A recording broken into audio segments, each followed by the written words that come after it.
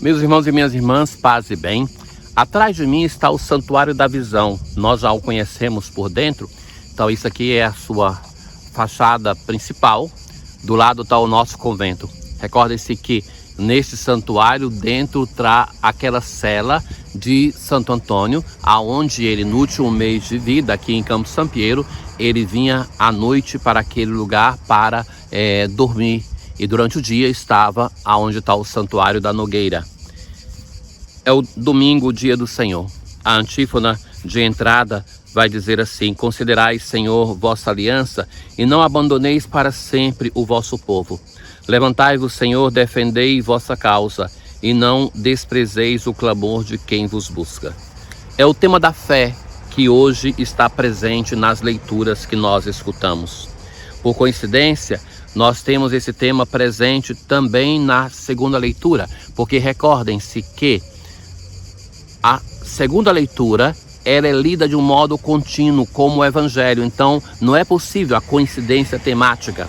A primeira leitura que é escolhida em função do Evangelho, mas hoje por providência nós temos todas as leituras que vão falar sobre isso. Do livro da sabedoria, a noite da libertação foi predita a nossos pais.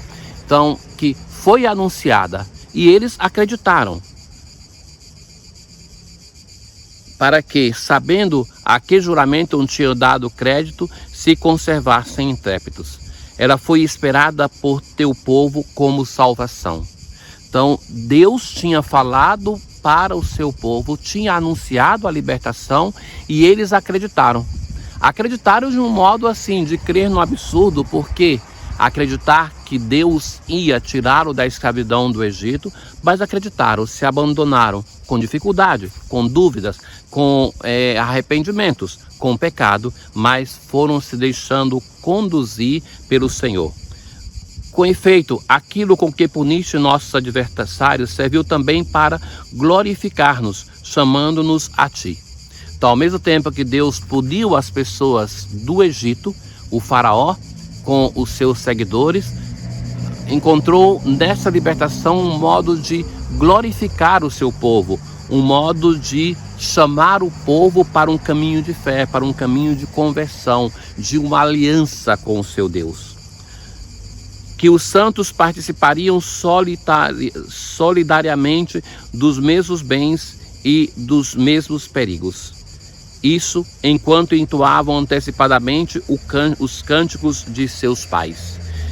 O Senhor promete a salvação para os seus santos, para os justos. O justo é aquele que coloca a sua confiança no Senhor, que tem uma experiência de fé.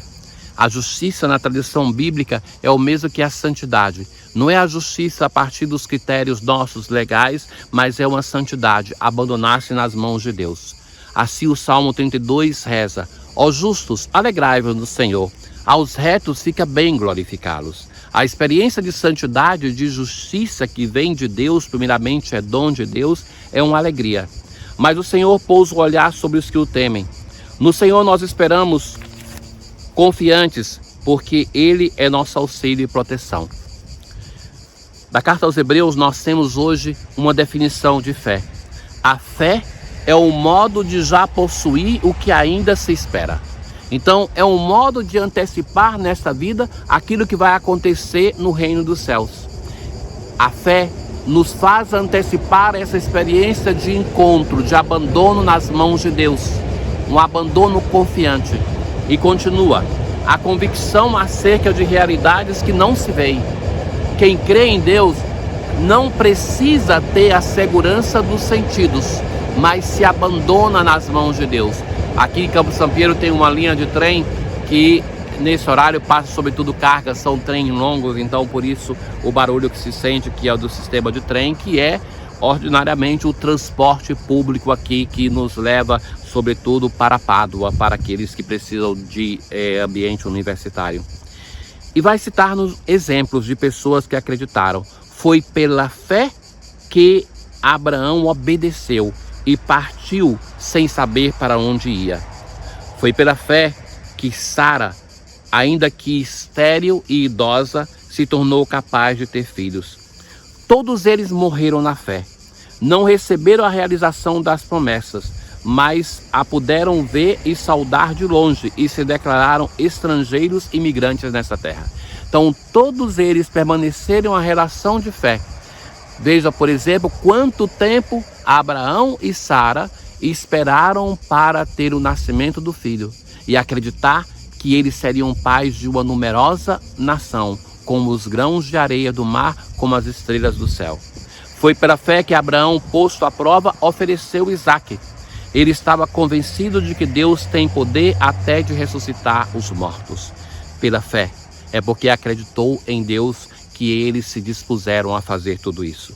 Na aclamação ao Evangelho de hoje, é preciso vigiar e ficar de prontidão. Em que dia o Senhor há de vir, não sabeis, não. Naquele tempo, disse Jesus aos seus discípulos: não tenhais medo, pequenino rebanho. Então, como no Antigo Testamento nós já ouvimos restos de Israel, um pequeno rebanho. Sabe que nós vivemos num momento em que o cristianismo em muitos lugares, aqui por exemplo no hemisfério norte, muito mais na velha Europa, se torna um pequeno rebanho. Quase que uma religião de exceção. Foi-se o tempo dos grandes plenários, das grandes assembleias, e que vivemos isso também em relação ao Brasil. No Brasil nós temos igrejas que se enchem e nós nos alegramos com isso e pensamos que basta. Mas, meus caros, as nossas paróquias são tão grandes que é um percentual mínimo aquele que frequenta as nossas assembleias, que tem uma vida de igreja. Então Jesus se dirige a nós, pequenino rebanho, e vai dizer: vendei vossos bens e dai esmolas, fazei bolsas que não se estraguem, um tesouro no céu, que vossos rins sejam cingidos e as lâmpadas acesas, sede como homens que estão esperando o seu Senhor voltar. A que o Senhor nos está exortando? A termos fé. Essa prontidão que alimenta a nossa esperança, que faz com que estejamos preparados, isso, em outras palavras, é acreditar em Deus, é ter fé em Deus, é sempre de novo encher as nossas lâmpadas com óleo, a força do Espírito de Deus, para que nós possamos estar preparados. Felizes os empregados que o Senhor encontrar acordados quando chegar, encontrar preparados. Ele mesmo os servirá. É muito bela esta imagem. O Senhor que se coloca a serviço. O Senhor mesmo que se coloca para nos servir. Uma imagem belíssima, lucana. O Senhor mesmo se coloca para nos servir. Vós também ficai preparados, porque o Filho do Homem vai chegar na hora em que menos o esperardes. Então Pedro vai fazer uma pergunta: Senhor, tu contas essas palavras para nós ou para todos? Para quem o Senhor está falando? Para aqueles que são da igreja constituídos como chefes, como ministros, como pastores, ou para toda a sua igreja? E Jesus vai dizer que a dimensão do estar preparado vale para todos, mas que para nós que muito recebemos, para todos nós que recebemos tantas graças, se exige mais. E o Senhor respondeu: quem é o administrador fiel e prudente que o Senhor vai colocar à frente do pessoal de sua casa para dar comida a todos na hora certa? O Senhor nos dá as suas graças. A nós, sobretudo, que temos a responsabilidade do governo da igreja, o Senhor nos constitui dispenseiro das suas graças. Aqueles que devem cuidar dos armazéns, do depósito, para que a graça de Deus seja distribuída ao seu povo. Feliz o empregado que o patrão, ao chegar, encontrar agindo assim. E vai distinguir dois tipos de empregado. Vai dizer assim: em verdade vos digo, o Senhor lhe confiará a administração de todos os seus bens. Porém, se o empregado pensar: meu patrão está demorando, e começar a espancar os criados e as criadas, e a comer, a beber e a embriagar-se, o Senhor daquele empregado chegará num dia inesperado e numa hora imprevista, e ele o partirá ao meio e o fará participar do destino dos infiéis. Aquele empregado que, conhecendo a vontade do Senhor, nada preparou nem agiu conforme a sua vontade, será chicoteado muito mais. Aquele que não conhecia a vontade do Senhor será chicoteado pouco. Então, a nós que conhecemos a vontade do Senhor, devemos cuidar para que a vontade do Senhor seja vivida plenamente por nós na vida do nosso povo. A quem muito foi dado, muito será pedido, e a quem muito foi confiado, muito mais será exigido. Que o Senhor nos ajude para que sejamos fiéis às graças que Ele nos concede, para que sejamos santos. Aqui, nesse lugar, desse grande santo, Santo Antônio, nós podemos contemplar quanto Deus pode fazer na vida de quem se permite conduzir pela sua vontade. Que Santo Antônio interceda por nós e seja nosso modelo. Tenham todos um bom domingo, um bom dia do Senhor.